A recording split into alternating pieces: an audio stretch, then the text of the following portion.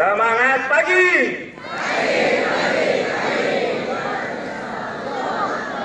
Semangat pagi.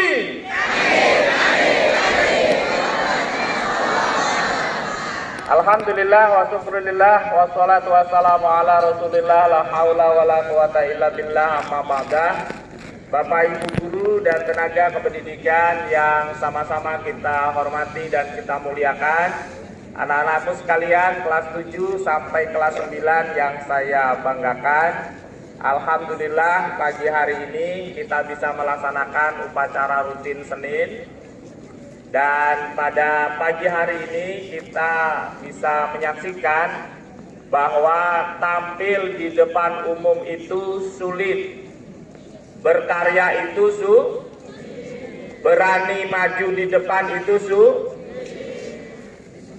maka kalau tidak mempersiapkan diri dengan baik, kita tidak akan prima. Kebanyakan kita sukanya jadi komentator di belakang, sukanya mentertawakan kesalahan orang lain, tapi begitu disuruh tampil ternyata kita juga tidak bisa. Nah, Anda harus bayangkan nih, upacara yang dari 6 tahun yang lalu, kelas 1 SD, sudah kalian saksikan tata caranya, sudah kalian ikuti prosedurnya, bahkan sebagiannya sudah pernah mencoba jadi petugasnya, pun masih kesulitan untuk melaksanakan. Apalagi untuk hal-hal besar dalam kehidupan. Maka belajar itu penting. Dan kunci sukses belajar itu yang pertama harus bersedia menyimak ilmu yang disampaikan. Yang kedua, bersedia mencatat hal-hal pentingnya. Ini sudah sering saya sampaikan. Yang ketiga, mengulanginya lagi, menyampaikannya pada orang lain. Begitu. Kalau kita hanya mendengarkan, setelah itu sambil lalu, ya sudah selesai, kita tidak akan pernah dapat apa-apa. Termasuklah ketika ada orang lain melakukan kesalahan, jadikan itu pembelajaran. Jangan hanya dikomentari, jangan hanya disenyumin atau ditertawakan, tapi begitu kalian suruh mencoba, kalian pun tidak bisa. Kesalahan orang lain harus jadi apa? Kesalahan orang lain harus jadi apa? Sekali lagi, kesalahan orang lain harus jadi apa?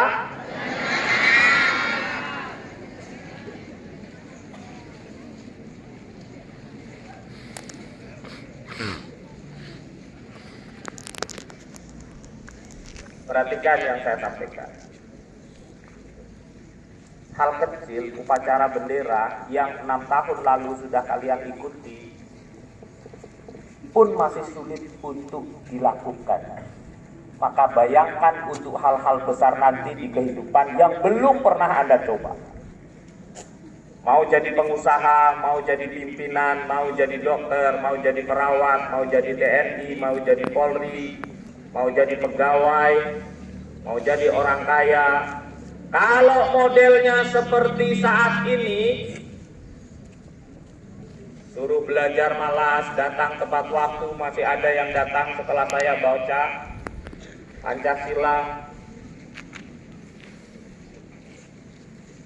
Orang asing saat ini sudah mulai berdatangan. Freeport sudah dikuasai orang asing, nikel, tambang, kayu. Kalau model belajarnya tetap seperti ini, tidak sungguh-sungguh, berat kita nanti menjadi warga negara Indonesia. Pak Prabowo sudah mengundang 70 investor untuk mendirikan fakultas kedokteran. Dosennya dari luar negeri. Kalau kalian tidak pintar, kalau kalian tidak berusaha sungguh-sungguh, Kita hanya akan jadi pengguna. Ini tolong dicamkan. Camkan itu apa? Tolong dihayati betul-betul.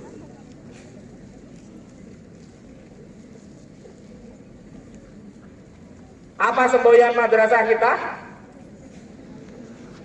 Madrasah? Madrasah?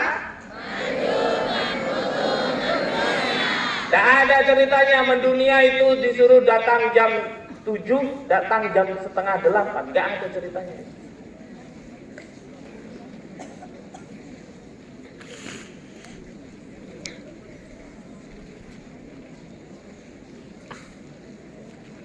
Kelas 9.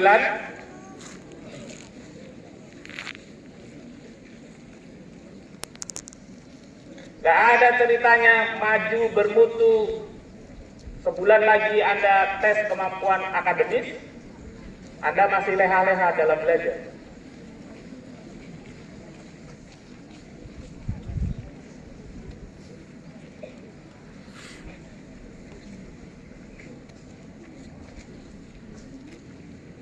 Ini kita belum bicara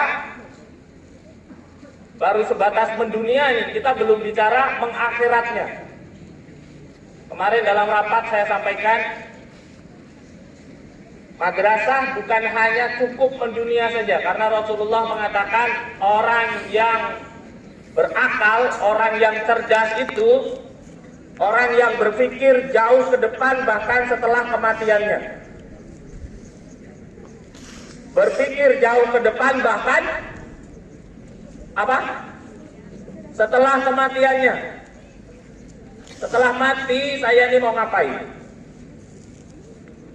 Jadi bukan hanya sebatas hidup mapan di dunia, bahkan setelah kematiannya. Hari Rabu saya kembali dari Kapuas Hulu. Putri yang sholat tidak keluar dari pintu aula, itu berarti separuh dari kalian tidak melaksanakan sholat subuh.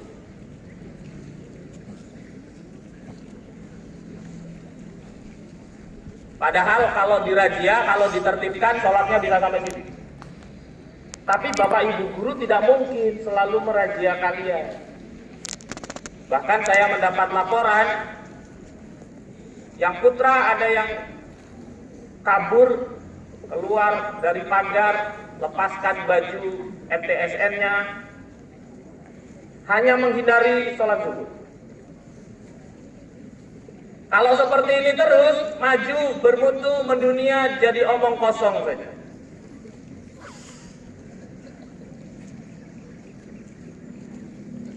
Manis di bibir, buruk dalam aplikasi. Kelas 8 yang di belakang pohon, yang di bawah pohon mendengarkan saya, yang ribut sendiri, apa yang barusan saya sampaikan.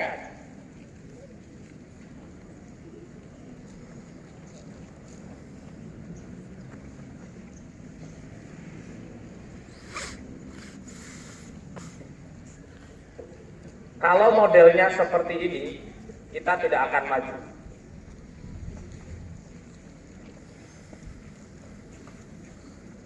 Disiplin harusnya tidak jadi paksaan. Disiplin harusnya jadi keperluan kalian semua. Kalau yang nguber-nguber untuk belajar itu bapak guru, ibu guru, kita nggak akan maju-maju. Karena yang perlu pinter, yang perlu bisa, yang perlu sukses, itu bukan bapak ibu guru, tapi kalian semua. Dan ini harus disadari.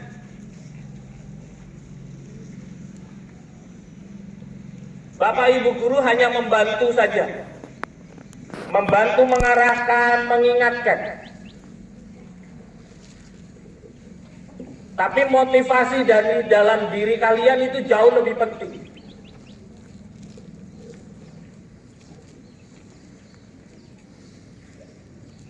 Kenapa kalau kalian main Roblox, main FF, tidak perlu motivasi? Tidak pernah Bapak Ibu guru, ayo ini saatnya main FF, ayo motivasi, tidak pernah. Karena semuanya sudah termotivasi untuk itu. Nah, itulah motivasi dari dalam diri. Kalian nggak perlu disuruh, nggak perlu diperintah, nggak perlu diarahkan. Sudah sangat giat untuk main FF, Roblox, Mobile Legends, dan seterusnya. Belajar harusnya begitu. Baca buku harusnya begitu. Ngaji harusnya begitu. Ibadah itu harusnya begitu. Gak perlu bapak ibu suruh, gak perlu orang tua suruh. Karena yang perlu kalian semua. Abang kelas 9 jangan ngobrol sendiri. Saya siap untuk menceramahi kalian sampai jam 10. Tolong perhatikan.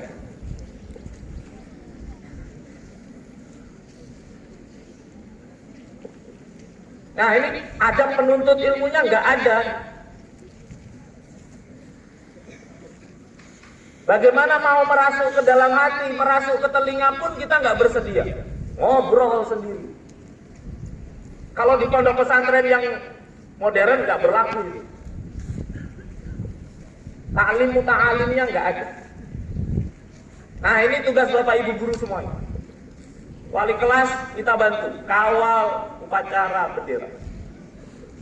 Guru seni budaya dan prakarya bereskan lagu Indonesia Raya. Gak usah muluk-muluk.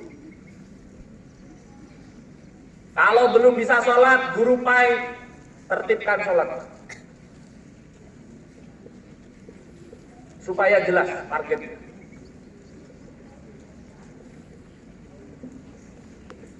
Dua minggu, saya berharap sampai dengan Ramadan nanti semua siswa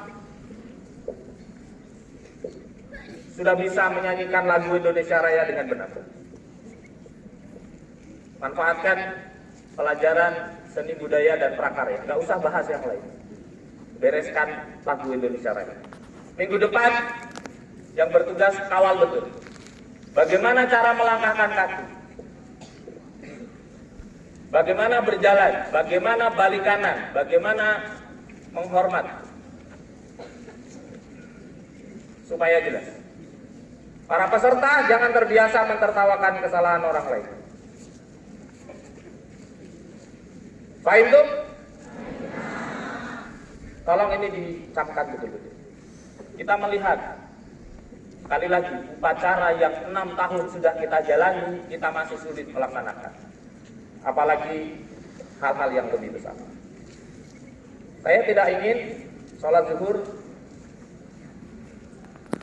diabaikan. Bayangkan anak madrasah memilih melakukan hal yang berbahaya daripada 10 menit sholat zuhur di masjid. Ini berarti kedisiplinan kita sudah mulai menurun. Komite kedisiplinan tegakkan kedisiplinan dengan sebaik-baiknya. Sudah ditempel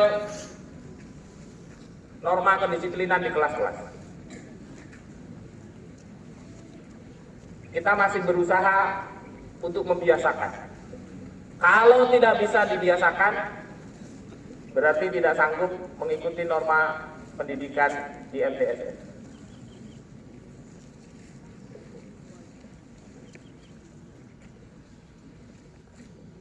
Maju bermutu mendunia tidak mungkin kita capai dengan leha-leha.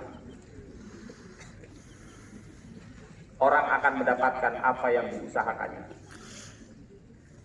Termasuk kelas 9.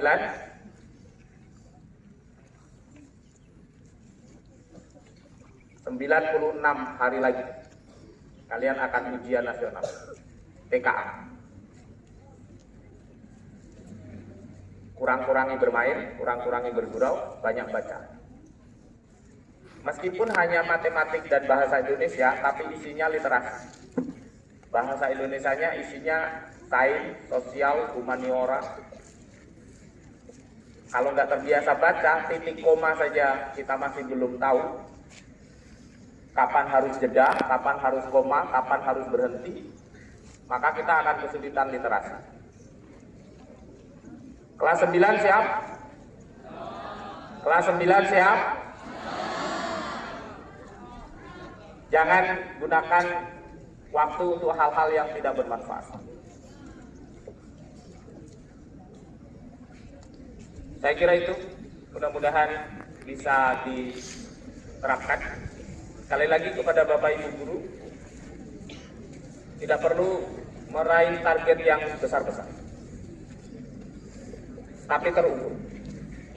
Wali kelas, kalau perlu latihan sore, upacara. Jangan mengambil jam-jam belajar. Saya sering sekali mendapati latihan di jam pagi bukan dipakai untuk latihan, tetap main-main. Hasilnya, ya main-main akhirnya. Nah, dikompakkan, ini adalah marwah kelas. Setiap kelas harusnya berusaha untuk menampilkan petugas upacara terbaik. Kebetulan ini kelas 7, maka masih banyak waktu untuk terus belajar. Tidak masalah, hari ini seperti ini, tetapi kedepannya harus lebih baik. Termasuklah kelas-kelas setelahnya. Bisa kelas 7? Latihan betul-betul kalau pas mau jadi petugas. Kelas 8 berikan contoh yang baik. Kelas 9, kemarin yang kabur sholat zuhur kelas berapa? Kelas berapa? Kelas 9. Nah, ini luar biasa. Kelas 9 kalau melakukan kesalahan dosanya lebih besar. Karena harusnya sudah jadi contoh. Kakak kelas justru jadi contoh yang buruk, kesalahannya double. Ilmunya harusnya lebih banyak, perilakunya harusnya jauh lebih baik. Kelas 7, 8, jangan contoh hal-hal buruk dari orang lain. Paham itu? Terima kasih. Assalamualaikum warahmatullahi wabarakatuh.